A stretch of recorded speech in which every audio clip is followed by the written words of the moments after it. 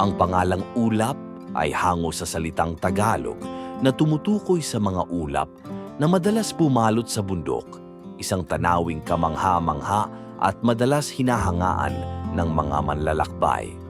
Binuksan sa publiko noong ika-31 ng Oktubre, 2015 bilang Mount Ulap Eco Trail. Ngayon, ito'y kinikilala hindi lamang sa likas na ganda, kundi maging sa mayamang kultura at kasaysayang nakaugat sa mga taong naninirahan dito. Umabot ito sa taas na humigit kumulang 1,846 na metro mula sa antas ng dagat at nag-aalok ng malawak at kahangahangang tanawin ng mga karatig bundok at lambak. Sa bidyong ito, tinahak namin ang Mount Ulap at ibabahagi namin ang mahahalagang detalye kung paano makarating dito sa paraang DIY. Tatalakayin din natin ang mga gastusin at mga kailangang bayaran para sa mga interesadong bumisita. Ayun guys, Balog Day. So ngayon, para maiba naman, kami ay magra-ride. Konting rides na mas madaming hiking. Yan. So, mag-hike naman tayo ngayon. Mamumundok tayo, literal. Be with nature. Yeah. Approximately, ang travel time namin is 45 minutes. Depende na siguro sa pacing. Let's go, sama kayo ulit. Ito ang mga kasama ko. Let's go? Let's go! Okay guys, kung wala naman kayong motor or private vehicle, pagdating nyo sa Baguio, punta lang kayo sa Lacandula Street. Pwede nyo i-search sa Google Maps ang Baguio Center Mall. Nasa right wing ng Center Mall lang siya. Pagdating nyo sa Lacandula, makikita nyo ang Baguio Solid Mount Inc. o isang hardware. Kailangan nyo lang kumaliwa, tapos diretso lang. Hanapin nyo ang jeep na sa Muyaw, Itogon at sabihin nyo na sa Ampuca Barangay Hall kayo ibababa.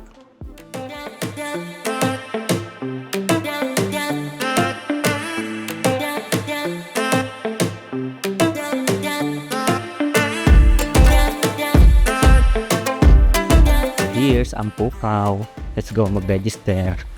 Guys, dito kayo mag-register. Barangay Hall. Yan. Registration. Pagod na ako agad Bumaba na ako ng motor. Pagod na ako. Wala kasi. Parinigan lang. Bumaba na ng motor. Pagod na. Nakikita ko pa lang yung picture. Higan na. Approximately 6 hours. Depende sa pacing. Good morning po. Welcome to sa Mount Ulap. Ito po yung natin, trail natin. Ito yung first peak, second peak, third peak. Lahat po yan 9.1 kilometers mula po dito hanggang sa exit na natin sa kanila. First peak natin mula rito 3.6 kilometers yung lalakaran natin. Lastly, paakyat pero okay lang naman yan. Tapos second peak natin, ito yung pinipilakan kaya expect natin na pagdating natin doon pila.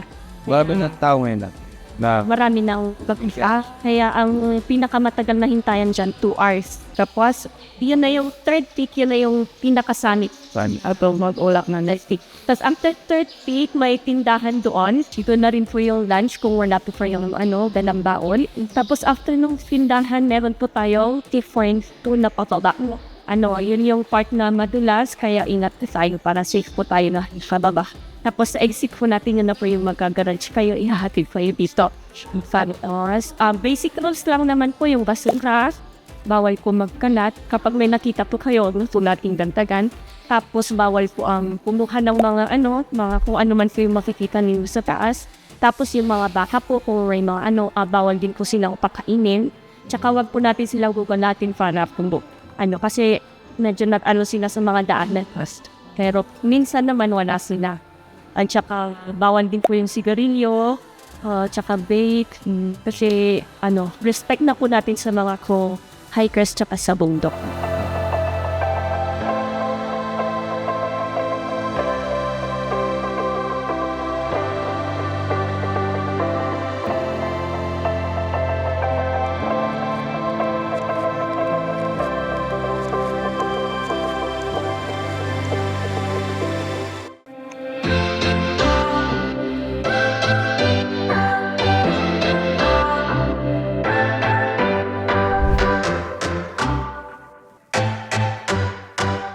First peak. Yan. Ito ang first peak guys. Daming tao na. Weekends. Yung madaming turista guys. Alam nyo ba guys, ang kasabihan na the road less taken is the road na hindi masyadong inaakyat. Hindi ko alam kung ano.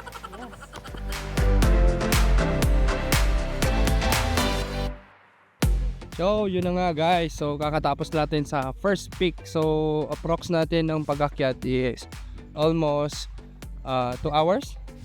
Yes. Kung tama ako. So, papunta na tayo ng second peak.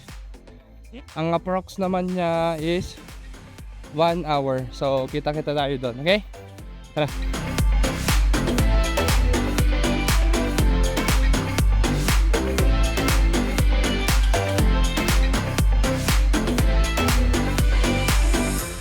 Second peak. Ito yung listahan. Second peak, ang daming tao. Ito guys, second peak. Ang Gungal Rock. Yan. Ayan, daming tao.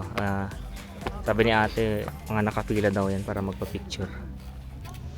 May ano din dito, bebenta ng ice candy. Yun. Pang refresh ba? Yan, ice candy. Tapos, sa likod niya is mayroong CR. Yan. So kung naiihiman kayo, don't worry. May CR sila dito. Yan. Ito pala yung Gungal Rock guys. Yan. Ito yung pinupuntahan talaga ng mga tao. Yan. Very aesthetic. Very mindful.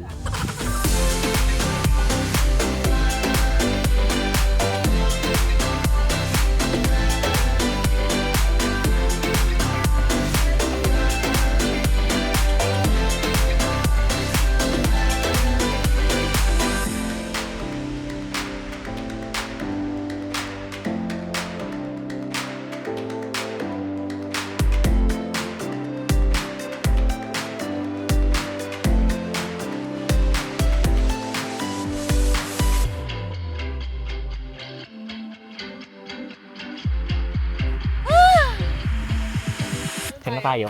Third peak. Third peak par. Tatali pa naman natin kung kaya.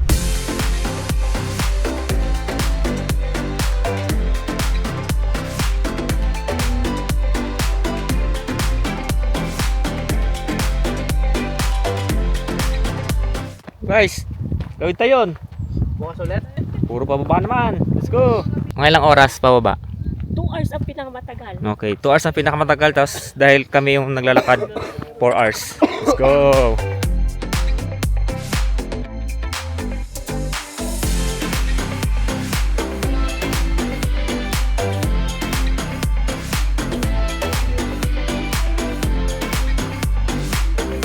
Oh, yun na guys. So, kakarating lang natin. So, tapos na natin ang Mount Ulap. So, kanina nag-start tayo ng 7 a.m. So, nakarating na tayo ng 3 p.m. So, ano sabi mo, Prat? Sa mga nagbabalak mag-Mount Ulap, guys, make sure nyo na dala kayo ng kahit unting mga pwedeng makain sa daan. So, dala din kayo ng tubig. Kasi yun ang pinaka number 1 na kailangan nyo. Tubig. Pantawid, gusto, tsaka uhaw. Kung pwedeng 2 liters sa isang tao, mas maganda. Kulang ang 1 liter na. Oh, guys. Tsaka pasensya kasi walang oras yung hike. Tapos yung mga peak doon is mahaba ang pila. So, yun, keep in mind nyo na lang yun kung pupunta kayo doon. Time consuming din yung pila doon. Tama. That's sulit. Oh, sulit par. Solid, Gap. Salamat din pala sa Barangay Ampukaw sa pag-organize nito sa hike na itong trail na ito, guys. Kung gusto nyo subukan, panoodin nyo itong video na to. Pwede, syempre, pwede rin siya sa beginner, pero kailangan mo talaga ng stamina dito. Hindi mo siya basta-basta maakyat ng sandali lang. So, stamina. Pero pwede siya sa beginner naman. So, try nyo guys. Kung may question kayo, guys, comment down, guys, and don't forget to like, share, and subscribe para makagawa pa kami ng maraming video ganito. Peace! Ang tawag dito guys, blaka. Anong tawag nyo sa baka na nag-chill? Ground beef. Baka. Baka mahal ka rin niya. Baka. Baka meron na siyang iba. Baka. Baka pwede pa. Ang taas namin guys. Altitude, masungit. Sungit nito.